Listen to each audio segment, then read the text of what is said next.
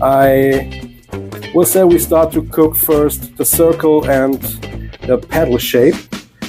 These have wide openings, and I have some vegetable leftovers, some zucchini and tomatoes.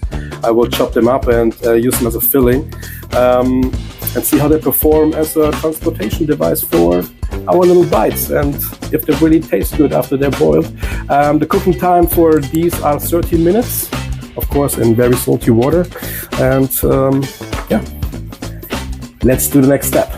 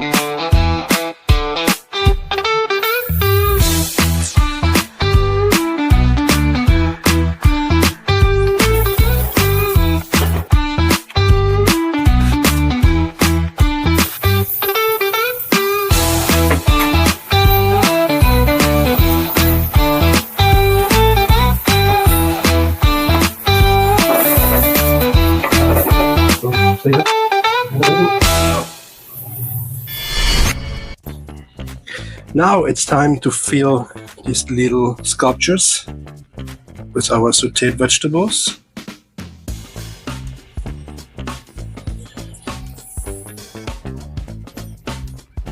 Oh, beauty. Oh my God. You really don't need much for that. It's already incredible.